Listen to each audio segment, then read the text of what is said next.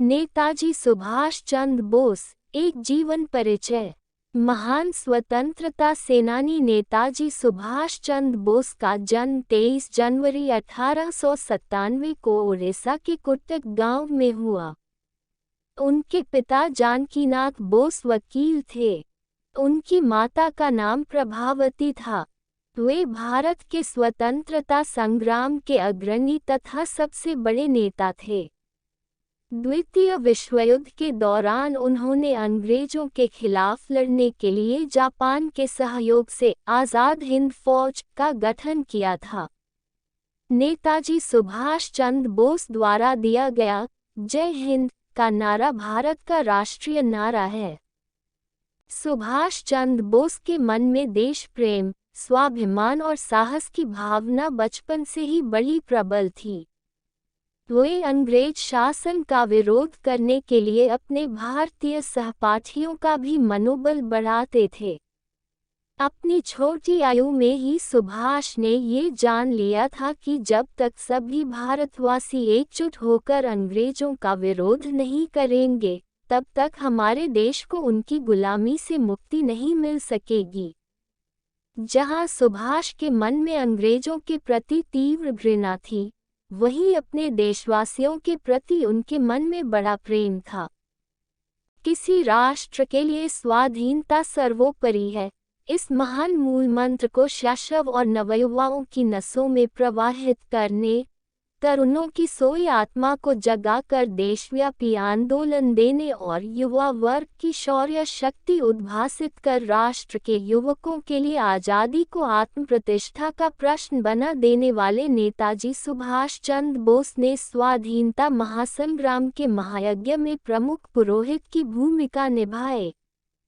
नेताजी ने आत्मविश्वास, भावप्रवणता, कल्पनाशीलता और नवजागरण के बल पर युवाओं में राष्ट्र के प्रति मुक्ति व इतिहास की रचना का मंगल शंखनाद किया। मनुष्य इस संसार में एक निश्चित, निहित उद्देश्य की प्राप्ति, किसी संदेश को प्रचारित करने के लिए जन्म लेता है। जिसकी जितनी शक्ति, आकांक्षा और क्षमता है, वह उसी के अनुरूप अपना कर्म क्षेत्र निर्धारित करता है। नेताजी के लिए स्वाधीनता, जीवन मरण का प्रश्न बन गया था। बस यही श्रद्धा, यही आत्मविश्वास जिसमें ध्वनित हो, वही व्यक्ति वास्तविक सृजक है। नेताजी ने पूर्ण स्वाधीनता को राष्ट्र के युवाओं के सामने एक मिशन के रूप में प्रस्तुत किया। नेताजी ने युवाओं से आह्वान किया कि जो इस मिशन में आस्था रखता है वह सच्चा भारतवासी है। बस उनके इसी आह्वान पर ध्वजा उठाए आज़ादी के दीवानों की आज़ाद हिंद फौज बन गई। उन्होंने अपने भाषण में कहा था, विचार व्यक्ति को कार्य करने के लिए धरातल प्रदान करता है। उन्नतिशील, शक्तिशाली जाति और पीढ़ी की उत्पत्ति के लिए हमें बेहतर विचार वाले पथ का अवलंबन करना होगा, क्योंकि जब विचार महान, साहसपूर्ण और राष्ट्रीयता से ओतप्रोत होंगे, तभी हमारा संदेश अंतिम व्यक्ति तक पहुंचेगा।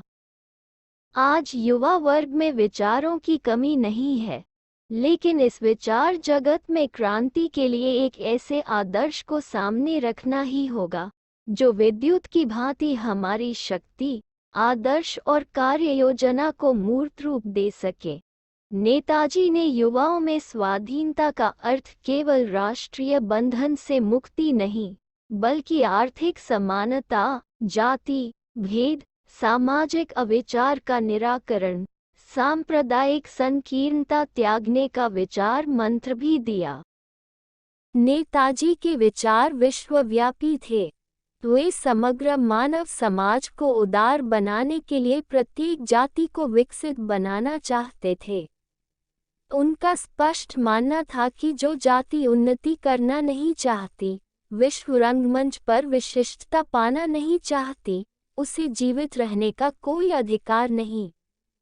नेताजी की आशा के अनुरूप इस जरा जीर्ण होते देश का यौवन लौटाने के लिए प्रत्येक व्यक्ति को आज दृढ़ संकल्प लेना होगा। बढ़ते जातिवाद, गिरते मूल्यों और टूटती परंपराओं, सभ्यताओं को सहेजना होगा।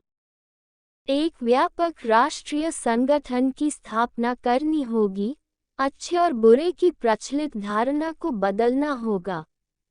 नेताजी के इन शब्दों को हमें पुनः दोहराना और स्वीकारना होगा कि स्मरण रखें, अपनी संवेद चेष्टा द्वारा हमें भारत में नए शक्ति संपन्न राष्ट्र का निर्माण करना है।